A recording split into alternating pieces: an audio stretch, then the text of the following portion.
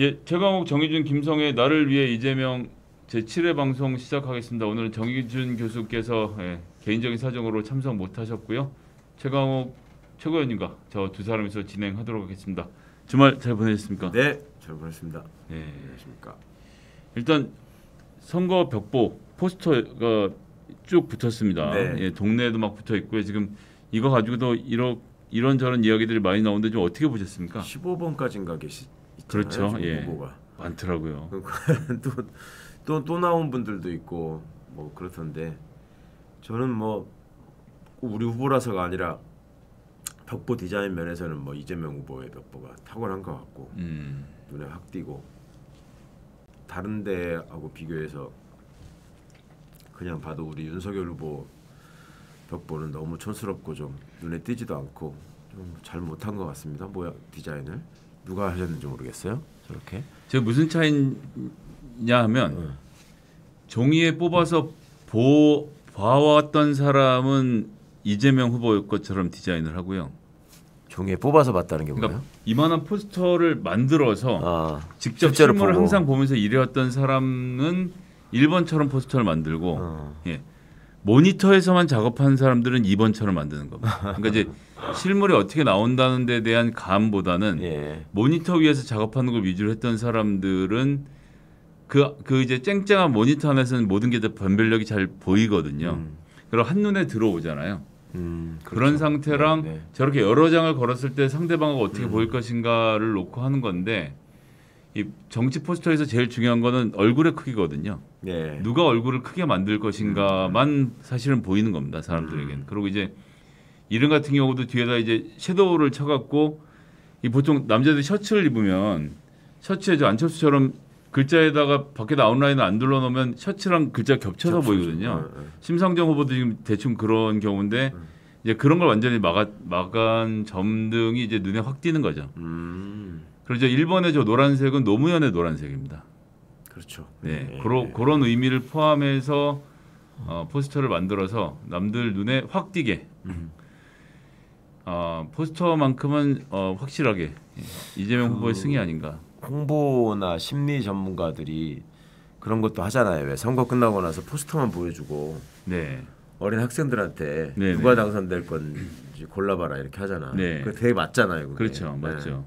저는 그래서 포스터도 그렇고 저 현수막도 그랬고 우리 하여튼 손혜원 의원님의 디자인이 가니까 역시 확실하게 달라지는구나 하는 걸 많이 느꼈습니다. 그럼요. 저 일자도 다른 데는 그냥 폰트에서 갖다 쓰는데 저 일자는 그 모 대학의 산업디자인 전공 교수님께 별도로 디자인을 의뢰를 해서 받은 글자입니다. 제가 그냥 일자가 아니에요. 그런 의미에서 저런 식으로 다 조합이 되어 있다는 점을 여러분들께 지난 17년 대선에 홍보 실무를 해본 담당자의 한 사람으로서 네. 서당계 3월의 풍어를 잠깐 읊어봤고요. 디테일을 깨알같이 알려주셔서 네.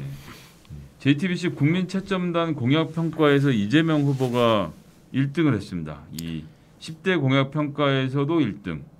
그리고 분야별 총 12번의 공약 평가한 결과로서도 이재명 후보가 1등을 차지했네요.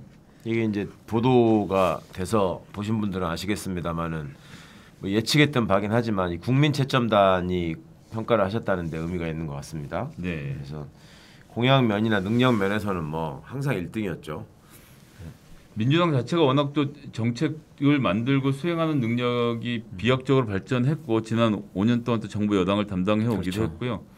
그러니까 국민의힘은 좀 윤석열 후보도 문제지만 제가 생각엔 윤석열 후보 이상으로 문제인 게 국민의힘 내부의 정치와 이 정책이 다 무너져 있어요. 네. 그래서 그렇죠. 제대로 된 공약을 설명 못하는 경우도 많고 정책을 제대로 못 내놓는 경우도 많아서 이런 상태로 집권을 하면 이들이 과연 그러니까 국민의힘이 생각하는 대로 나라를 이끌어갈 것인가?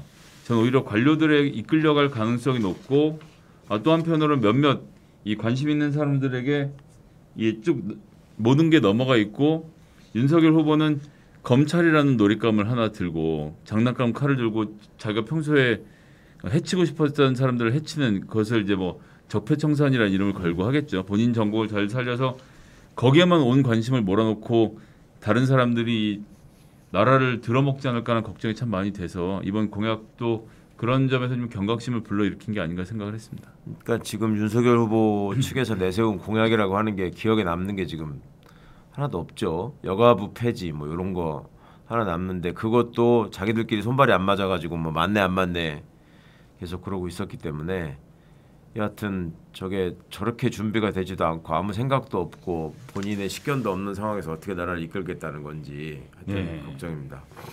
저희 이제 대선 현안 얘기 좀 해보려고 하는데요. 네. 코로나19 피해 보상 추경 예산안이 결국 예산결산특별위원회에서 야당의 반대 이걸 꼭 지금 논의해야 될 이유가 뭐냐? 아니, 정말 놀라운 대사 아닙니까? 글쎄 말입니다. 오늘 논의해야 될 이유가 뭐냐?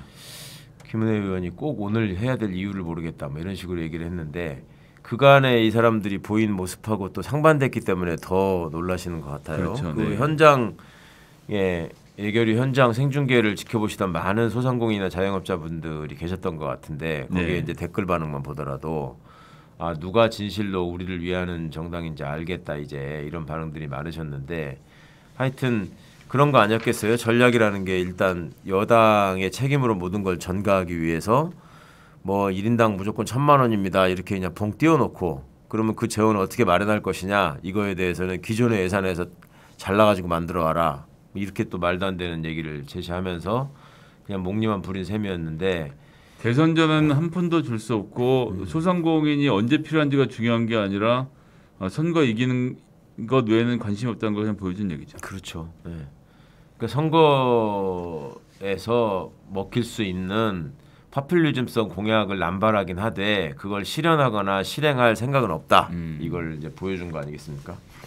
그래서 지금 일단 그 본회의 통과만을 앞두고 있습니다. 19일 새벽 2시에 통과를 시켰고 300만 원을 1인당 주고 320만 중소상공인이 대상자이고요. 전체 규모로는 14조 원. 일단 이렇게 돼 있고 그 향후 계획으로는 정부안보다 한 2조 원 정도 한 100만 원씩 더 드리는 것으로 해서 수정 통과를 시킬 계획인 것 같은데 본회의가 곧 열리겠죠? 본회의에서 좀 더 증액될 것 같고요. 오늘 오후에 가능하면은 본회의 의결을 하려고 하는데 네. 그거는 이제 원내대표께서 아침에 얘기하는 거 보니까 오늘 통과만 되면 지금 300만 원 지급하는 거는 이게 일괄 금액이잖아요. 그렇죠. 바로 드리는 돈인데 네. 이게 이미 중소기업벤처부에 리스트업이 다 돼 있어갖고 뭐 2, 3일 안에 바로 다 해드릴 수 있다고 하더라고요. 그러니까 이런 신속한 집행을 위해서라도 빨리 의결을 해야 될 것 같습니다. 예, 이재명 후보는 당장 수술이 필요한 환자를 앞에 두고 누가 옳다 갑론을박할 시간이 없다. 지금 필요한 건 추경 예산을 통한 신속한 지원이다. 국민의힘은 어떤 태도인가? 실현 불가능한 것을 내세우면서 사람 죽기를 기다리고 있다. 적게라도 시작해야 되지 않겠냐? 부족하면 다음에도 해야 하지 않나? 3월 9일이 지나면 추경이 아니라 긴급 재정 명령권을 해서라도 손실을 다 보전하겠다라고 선언을 하셨습니다. 뭐 이런 점 좀 높이 평가를 하고요. 드디어 정영학 노치록에 그분이 또 등장을 했습니다. 그러니까요. 아니 현직 대법관들이 그러니까 이제 저는 한편으로 우려스러운 게 김만배만 로비스트가 아닐 텐데 전국의 수많은 로비하는 업자들 그리고 또 이제 결탁된 언론 이런 사람들 통해서 대법원 이번에 이 걸린 것만 그렇지 대법관이 정말 이 사람 한 사람한테만 로비를 받고 있었을까 이런 걱정이 들 정도거든요. 국민들은 사실은 그 점이 제일 걱정이신 거죠. 제가 예전에 한 15년 전에 그 변호사 시절에 몰락한 재벌집 아들 사건을 한번 이렇게 맡았던 적이 있는데 네. 그때 그분들이 그런 말씀하는 걸 들었어요. 그러니까 우리는 이제 법률가랍시고 그래도 대법관들의 어떤 자존심이나 도덕성이나 이거는 좀 신뢰를 해줘야 된다는 생각이었는데 그 사람이 젊은 사람이었는데 그렇게 얘기를 하더라고. 아니 대법관들이 뭐 그 로비를 하면은 그걸 싫어하나요? 뭐 이렇게 얘기를 해요.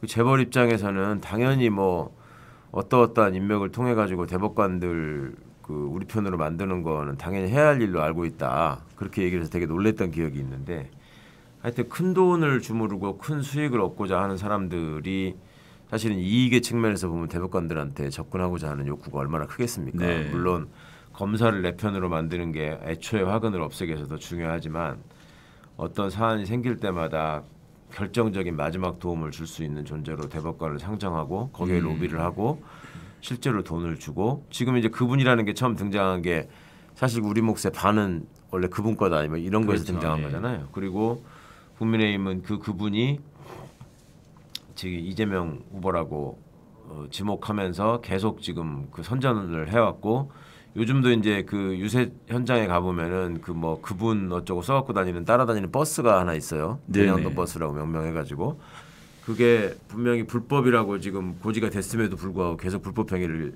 이어가면서 반복하고 있거든요.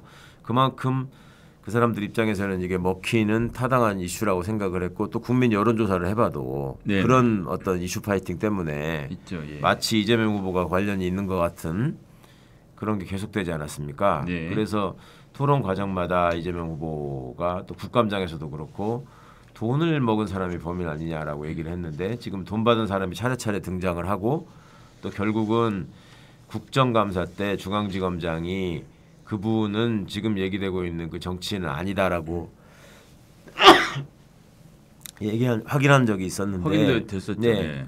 검찰은 그러니까 이미 알고 있었다는 거죠.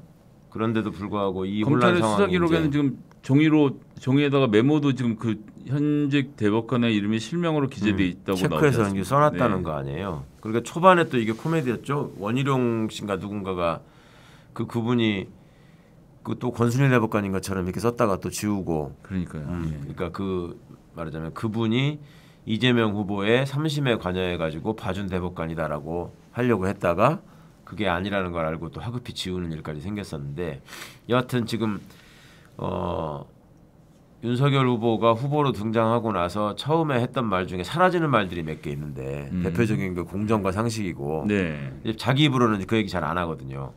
본인이 한 행동이 얼마나 불공정하고 몰상식한 것인지가 하나하나 드러나니까 이제 그 말을 못 하는데 대장동 이슈도 이제 점점 언급을 회피하려고 하는 것 같습니다. 이거저거 다 안 되니까 이제 어제 오늘 사이에 국민의힘 의원들이 방송 같은데 출연해가지고 대장동 이슈에 대해서 얘기하는 거 보면 겨우 아니 결재권자가 시장 아니었냐 이 소리만 그렇죠. 반복하고 있는데 그 우리 저 진성준 의원 같은 분들이 효과적으로 잘 반론을 하시던데 그 공익을 위해서 최대한 이익을 환수하라는 거를 설계하고 거기에 서명한 게 이재명 시장이지 곽상도 아들한테 50억 줘라 뭐 박영수 딸한테 집 줘라 이런 계획에 서명한 게 아니거든요. 그렇죠. 그러니까 그 플랜을 세운 쪽 그다음에 지금 대장동 이슈와 관련해서 또 자극적으로 주부들한테 먹히고 있는 얘기가 뭐냐면 2천만 원 가지고 뭐 2억 가지고 뭐 10조 만들었다? 100억 만들었다? 뭐 1000억 만들었다? 그렇게 돼 있나요? 그렇죠. 예. 뭐 하여튼 그 얘기들이 하여튼 소액을 가지고 이렇게 뻥튀기 하게 만들게 해준 사람이 누구냐 뭐 이런 식으로 해서 자극적으로 시민들한테 다가간 면이 있었는데 사실은 그게 중간에 1,500억이라는 돈이 부산저축은행으로부터 불법 대출로 들어왔고 그것 때문에 이 사람들이 연명을 할 수 있었고 그걸로 계속 작업을 해가지고 이룬 거잖아요. 그걸로 처음에 32% 되는 땅의 계약금을 다 냈던 네네. 돈이죠. 예. 그게 없었으면 이게 불가능한 사업이었단 말이죠. 게다가 근데 갚지도 않았고요. 그렇죠. 그 사업을 그렇게 연명하게 해준 그 불법 대출 수사에서 부산저축은행을 빼놓은 사람이 윤석열이었다라고 하는 사실이 지금 다 드러난 마당에 무슨 말을 할 수 있을지 모르겠습니다. 네, 하여튼 그분이 드디어 이재명 후보가 아니라는 점이 밝혀졌으니까 그런 주장을 했던 국민의힘 관계자들과 또 보수 언론은 반드시 이 점에 대해서 사과하고 넘어가야 될 것이 아닌가라는 말씀 드리겠고요. 오늘의 공약을 좀 한번 또 살펴보도록 하겠습니다. 골목상권 중소기업 살리는 혁신 이재명이 앞장섭니다. 뭐 이런 말씀을 하고 계십니다. 뭐 코로나 피해 보상 조금 전에 말씀드렸던 대로 이번에 확실하게 해서 추경 먼저 편성하고 나머지는 긴급 재정 명령을 발동해서라도 코로나 빚은 국가가 인수하겠다라는 이재명 후보의 정확한 입장이 지금 나와 있습니다. 그 점을 좀 말씀드리고요. 골목상 대통령 취임하면 최우선적으로 지금 해결하겠다는 일종의 1호 공약으로 이제 저 얘기를 계속 말씀하시는데 네. 이 부분에 대해서는 확실히 좀 신뢰를 하시고 진짜로 이 코로나 때문에 피폐해진 민생 경제 위기를 해결할 후보가 누구인가 확실히 판가름해 주시기 바랍니다. 네, 골목상권 중소기업 관련 소확행 공약들도 지금 내놓고 있습니다. 일단 플랫폼을 투명하게 만들자 이게 되게 중요한 것 같아요. 네. 2010년만 해도 사실 중소상공인들이 싸우는 게 동네 대형마트였는데 이제 이걸 넘어가서 온라인 플랫폼이 완전히 그 10년 동안 장악을 했는데 거기에 대한 대응이 별다른 게 없어 보지 않았습니까? 그래서 일정 규모 이상의 온라인 플랫폼은 부과하고 있는 수수료를 전부 다 공개하게 하고 카드 수수료처럼 수수료의 적정성 여부를 좀 검토해서 뭐 어디는 뭐 10% 넘게 뜯어가는 데들도 그렇죠. 있더라고요. 네. 예. 이렇게 하니까 예, 배달 뭐 해서 다 돈 벌지 않느냐 하는데 사실은 임대료 내고 수수료 내고 나면 여전히 남는 것이 없다는 중소상공인들의 비명도 들려옵니다. 우리 사회가 코로나도 전대미문의 사태이긴 하지만 사실은 이 플랫폼 사업자가 생긴 것도 지금 새로운 경제 현상이잖아요. 그리고 네. 이 규모가 이렇게 커진 것도 코로나 팬데믹하고 관련될 수밖에 없는 면이 있는데 또 한편으로는 그 사회 심리나 이런 거 연구하는 분들이 그런 말씀을 하시더만요. 이 배달앱이라는 게 굉장히 만들어지고 사람들 사이에 쉽게 스며들었던 이유가 뭐냐. 지금 MZ 세대라고 하는 이 젊은 층에서 우리 예전 세대와는 달리 전화 통화하는 걸 이렇게 극도로 꺼린다는 그거 아세요? 네, 저도 전화하는 것보다는 검색을 해요. 아니 그러니까 그렇게 되더라고요. 우리는 예를 들어서 누구의 의사를 확실하게 확인하고자 할 때 네, 전화 통화를 하는 게 더 우선이라고 생각하잖아요. 그렇죠. 근데 그게 반대더라고. 그러니까 저도 이제 그런 글을 접하면서 아 이게 내가 기성세대를 넘어선 꼰대가 되고 있는 게 확실하구나라고 느꼈는데 저희 집 아이들이 이제 90년대 후반에서 2000년대까지 출생인데 어디 외식 한번 할 때 식당에 예약 좀 해라 그러면 전화하는 걸 그렇게 싫어했었어요. 그렇죠. 서로 예, 맞아요. 서로 안 하려고 예. 그러고 그랬었거든. 그래서 저는 그냥 아니 얘들이 지금 내가 그렇게 키웠나 이렇게 숙기가 없나 이렇게만 생각을 했는데 그게 아니라 젊은 층의 일반적인 트렌드고 그거를 출근을 늦게 한 사람한테 직장 상사가 동료를 통해서 왜 늦었는지 좀 전화 좀 해봐라 그러면 그거를 이게 톡을 보낸다더만요. 그렇죠. 그래가지고 예, 전화해봤어 그럼 톡 보냈다. 그럼 아 전화하라 그랬잖아. 아 톡 보냈다니까요.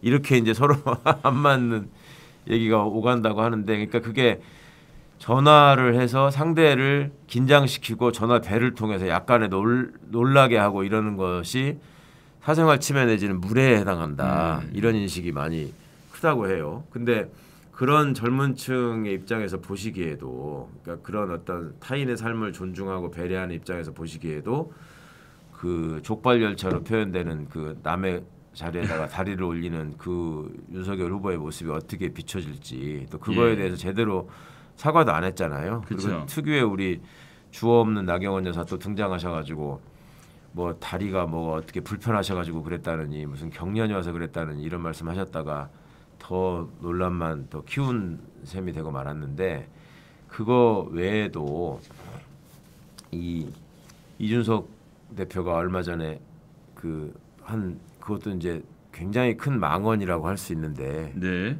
안철수 후보를 비판하면서 뭐 안철수 캠프를 비판하면서 무슨 돌아가시기 전에 뭐 유서 써놓고 돌아가시냐 뭐 유서 써놓고 유세차 타냐 이런 식의 얘기를 해가지고 굉장히 지금 많은 분들의 그 비판을 받고 있습니다. 그러니까 이런 저런 상황들이 왜 세상은 이렇게 변하고 있는데 이 사람들은 이렇게 무례하고 한심한 행동들을 계속 할까? 이것이 그냥 단순히 지금 이 시점에서 아 저 사람들 안 되겠네 이런 정도가 아니라 지금 미래를 설계하고 이끌어가야 될 대통령 후보로 나온 사람이 과거에 우리 사회의 미덕이라고 할 수 있었던 것들조차 지키지 못하고 다 퇴행시키려고 한다. 네. 이런 점에 대해서는 좀 꼭 좀 각성해 주셨으면 좋겠습니다. 아, 참 걱정이 많이 되고요. 그래서 하여튼 저희 중소기업 골목 상권을 살리기 위한 노력은 계속 될 것입니다. 온라인 플랫폼 중개 거래에 관한 공정화 법률안도 지금 제출이 되어 있습니다. 그래서 플랫폼 사업자들이 이 중소상공인들 마음대로 짓누르지 못하게 중소상공인들이 연합해서 협상권을 가질 수 있는 법안도 제출해 놓았는데 국민의힘은 당연히 반대하죠. 예. 자율적으로 하면 된다. 근데 쿠팡하고 생수 납품하는 분하고 무슨 자율적인 협상을 합니까? 예. 그 자체가 불가능한 건데 지금 소상공인들이 모여서 협상을 하려고 하면 이게 또 담합에 걸리거든요. 네. 그래서 이걸 법적으로 풀어줘야 되는 부분이 있는데 자율적으로 알아서 하게 두면 된다. 노동자도 120시간 일하고 싶으면 사용자랑 자율적으로 알아서 계약하도록 두자. 최저임금 밑으로 일을 시키고 싶은 사용자도 있고 일을 하고 싶은 노동자도 있으니 이것도 자율적으로 하면 되는 거 아니냐라는 그 윤석열 후보의 기본적인 방침, 법 질서에 대해서 어떻게 이렇게 검찰총장 했던 사람이 법에 대해서 이렇게 무지한지. 그러니까 그냥 약자를 보호한다는 개념에 대해서가 없고 그냥 처벌만 할 줄 알아서 그런 그렇죠. 걸까요? 법을 기준으로 매사를 생각하는 게 아니라 네, 공직에 있을 때 이것이 사회적으로 어떤 파장을 입고 생기고 누구에게 이익이 될 것인가 이걸 기준으로 철저하게 생각해 온 사람이기 때문에 이게 이재명 지사는 경기도지사 시절에 그 화제가 됐던 게 이 공공 배달 플랫폼 얘기였잖아요. 그렇죠, 예. 배달 특급이라는 그거 만들면서 그 시초가 됐던 게 그 이 플랫폼 사업자들의 수수료가 되게 높다라는 얘기를 민원을 접하게 되고 이것을 어떻게 낮출 것인가 생각을 하다가 본인이 저기 다른 기초자치단체 뭐 군산시인가 여기서 했던 아이디어를 좀 차용하고 해가지고 네, 이걸 완전히 정착을 시키지 않았습니까? 그럼 여기다가 이제 지역화폐까지 연결해가지고 소상공인들한테 실질적으로 도움이 되는 그 실질적으로 골목상권을 살리는 일을 하겠다라고 한 것인데 이게 지금 다른 한편으로 보면 그 광주에 가가지고 왜 복합 쇼핑몰 유치하겠다. 네, 그랬죠. 라고 이제 그 윤석열 씨가 공약을 내세운 것이 그게 나름 이제 파장을 일으키고 있는 것 같은데 오늘 이제 그런 얘기를 들었어요. 그게 광주에도 분명히 수요가 있는 것은 사실이고 네. 그것을 위해서 이게 만들어지는 게 중요하다. 그러나 당연히 이해관계에 충돌이 생기는 것이고 공공이 조절을 잘 해야 되는데 네, 이게 지금 자칫 잘못하면은 자본의 이득을 위해서 일방적으로 또 소상공인들을 희생시키는 결과가 생길 수 있는 위험성이 있고 또 한편으로는 지금 주로 염두에 두고 얘기했던 게 코스트코라고 하는 것 같습니다. 코스트코라는 거는 외국 사업자이기 때문에 그렇죠. 정부의 정책에 내놓을 것 전혀 상관없이 자신들이 이익 경량을 해가지고 돈이 될 때만 들어오기 때문에 실현되기가 굉장히 어려운 공약이다라고 하는 것이 지금 지역의 판단인 것 같거든요. 그러니까 그거 아니면 스타필드.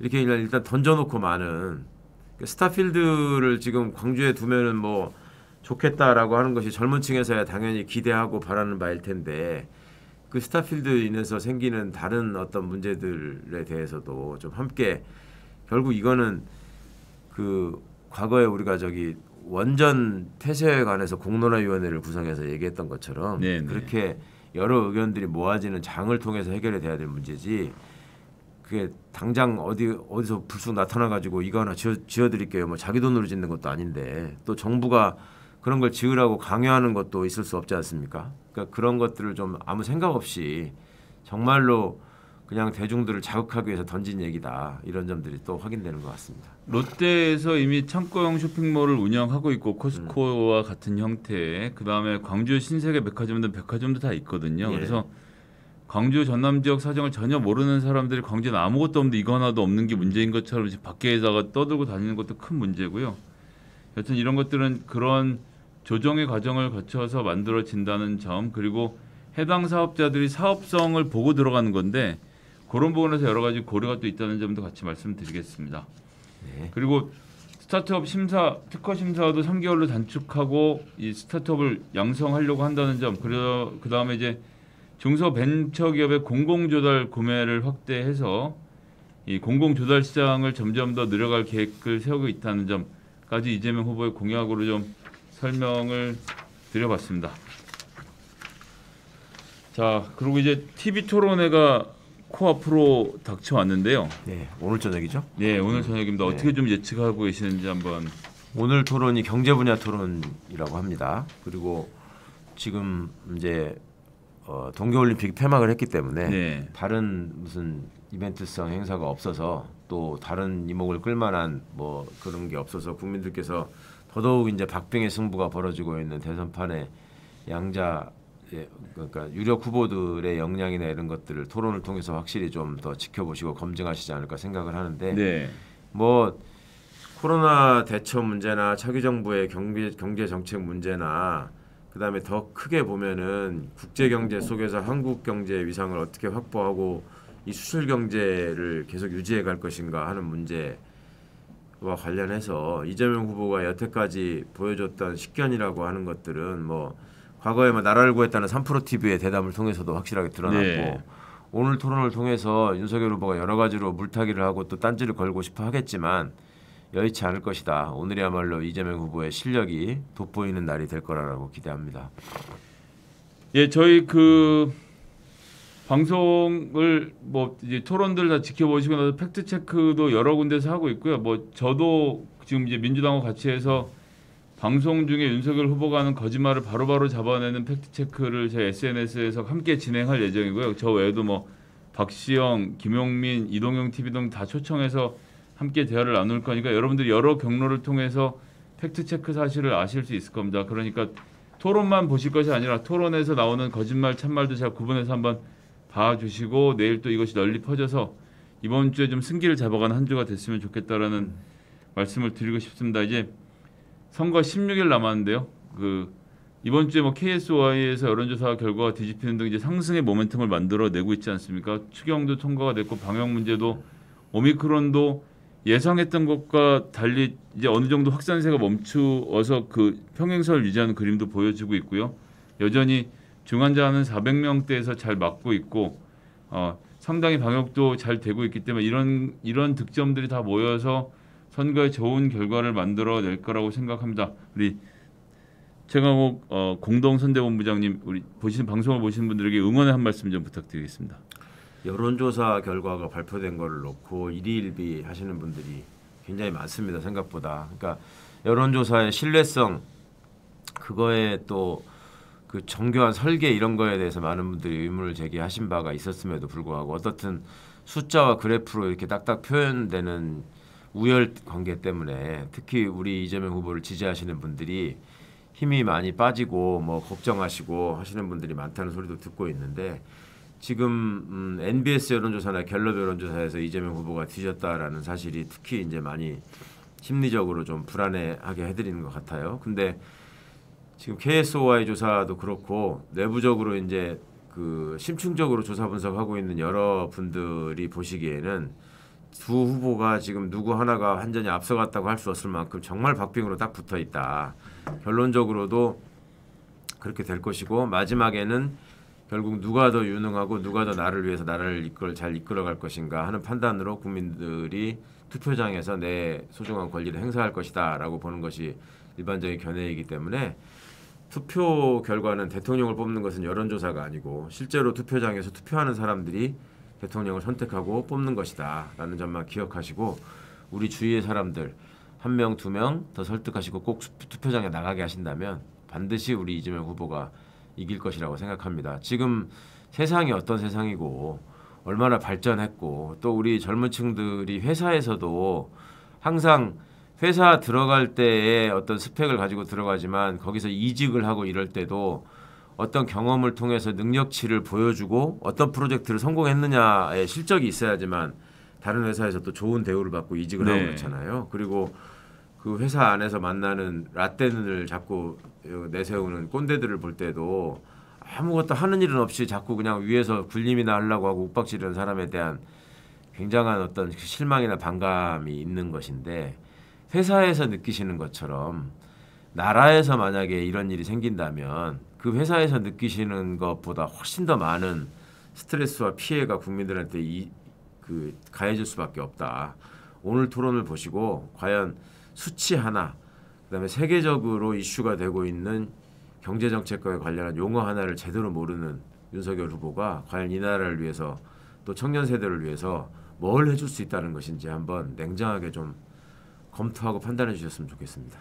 저희는 준비한 이재명 후보의 영상을 보면서 방송을 마치도록 하겠습니다. 저희는 수요일 12시 30분 다시 방송으로 찾아뵙겠습니다. 감사합니다. 감사합니다. 지도자의 리더십이 그 어느 때보다 중요한 순간입니다. 청년 일자리 문제 또한 심각한 상황입니다. 실제로 저희 기업인들이 느끼는 이 체감 규제는 오히려 늘어나고 있는 게 아니라 에너지 대전환, 산업 대전환이라는 큰 변혁이 불가피하다고 생각을 합니다. 이 새 정부가 만약에 들어서게 되면 이 경제와 기업에 관한 구상, 그거에 대해서 어떻게 대처하실 생각을 가지고 계신지. 이재명의 신경제는 세계 5강 대한민국을 지향합니다. GDP 5만 달러, 주가지수 5천 시대를 여는 대한민국 경제의 대전환. 희망이 없다. 내 다음 세대가 더 나쁜 삶을 살게 될 것이다. 대한민국 사회는 죽음을 향해서 가고 있는 것이다. 젊은이들이 극렬하게 대립하고 증오합니다. 기회 부족 때문이죠. 그렇다고 해서 이 비효율, 이 불공정을 지금 시정할 방법은 없습니다. 결국은 경제 볼륨을 키우고 성장을 회복하고 그 성장의 기회와 과실을 더 포용적으로 모두가 함께 누리는 포용 성장만이 지속적 성장의 길이다. 저의 선택은 명확합니다. 위기를 기회로 바꾸는 겁니다. 과학기술 대전환이 필요합니다. 정치 지도자의 이런 사명의식, 정부의 마중물 투자를 통해서 400만 개의 일자리를 만들자. 저는 이게 정말 중요하다고 생각합니다. 용기 있어야죠. 저는 필요한 일은 다 한다. 혁신과 효율과 경쟁을 저해하는 규제를 합리화하자. 정치인들은 잘하고 싶어 해요. 가면 저항에 붙습니다. 그러니까 관행에 어긋나게 새로운 허가를 해주거나 여지를 열어주면 너 혹시 부정거래한 거 아니야?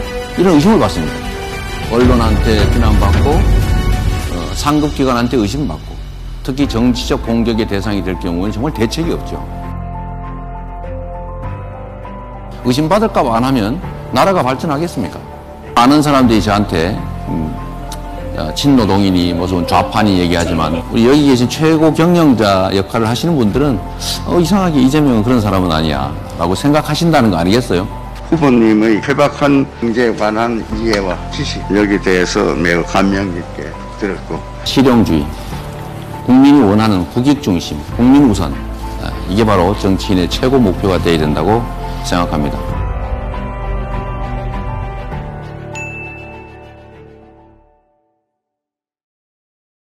최소한 내 다음 세대들은 나보다는 더 나은 삶을 살 거라고 믿어지는 세상이라야 아이도 낳고 꿈을 가지고 열심히 살 거 아닙니까, 여러분? 맞습니다. 저는 교복을 입어보지 못했습니다. 그래서 아이들에게 최소한 교복 한 번은 해주자. 부모가 돈이 없어서 교복 살 돈이 없어서 선배들이 입던 교복 물려 입는 그 아픈 심정을 제가 조금이라도 덜어주고 싶어서 무상교복 시작했습니다. 제가 하는 모든 일은 우리의 삶, 우리 서민들의 삶과 이재명의 참혹한 삶이 투영되어 있습니다. 앞으로도 여러분을 위해서, 세상을 위해서 최선을 다하겠습니다. 여러분 고맙습니다. 흔들림 없이 가겠습니다. 유능한 경제 대통령 기호 1번 이재명.